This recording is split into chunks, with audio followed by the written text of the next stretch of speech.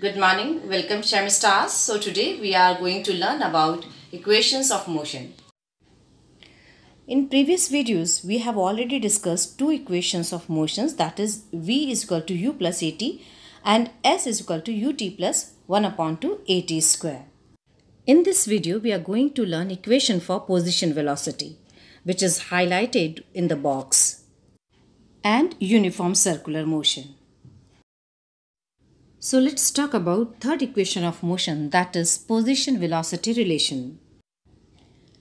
Again, consider the velocity time graph for a uniformly accelerated motion along a straight line, which is shown in this figure. In this figure we know initial velocity is represented by AO, final velocity V is represented by BC, and the time taken, that is OC. So the trapezium in this graph is, that is OABC. Area of trapezium OABC, which is equal to 1 upon 2 multiplied by sum of the parallel sides into height. Substituting the values of OA, that is initial velocity, VC is final velocity, and OC is equal to time. So we get the equation, that is distance travelled is equal to initial velocity plus final velocity divided by 2 multiplied by time taken. And we call it equation number 1. From velocity time relation we get time is equal to v minus u, that is the final velocity minus initial velocity divided by a, that is acceleration, and we call it equation number 2. By solving these, by putting the value of t in the equation number 1, finally we get distance travelled is equal to, that is s equal to v plus u multiplied by v minus u upon 2a.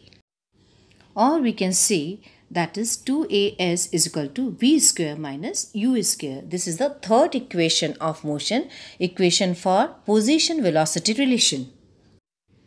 So third equation of motion can be written v square is equal to u square plus 2a is third equation of motion. Let's talk about uniform circular motion, which is the last topic of chapter motion. The motion of an object along a circular path around a fixed point is known as circular motion. For example, motion of a bicycle wheel about its own axis, motion of the blades of an electric fan. So motion of an object in a circular path with a uniform speed is called uniform circular motion. In uniform circular motion, the speed of a moving object remains constant, but velocity of the object continuously changes due to change in its direction of motion. We know that the circumference of a circle of radius r is given by 2 pi r.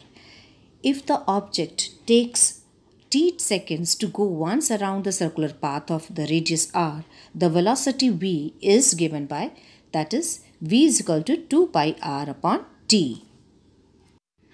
So children, this is all about the equations of motion and uniform circular motion.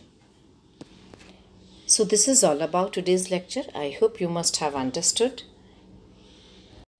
Thank you, Shem Stars. That's all for today. You can drop your queries on Google Classroom. Take care.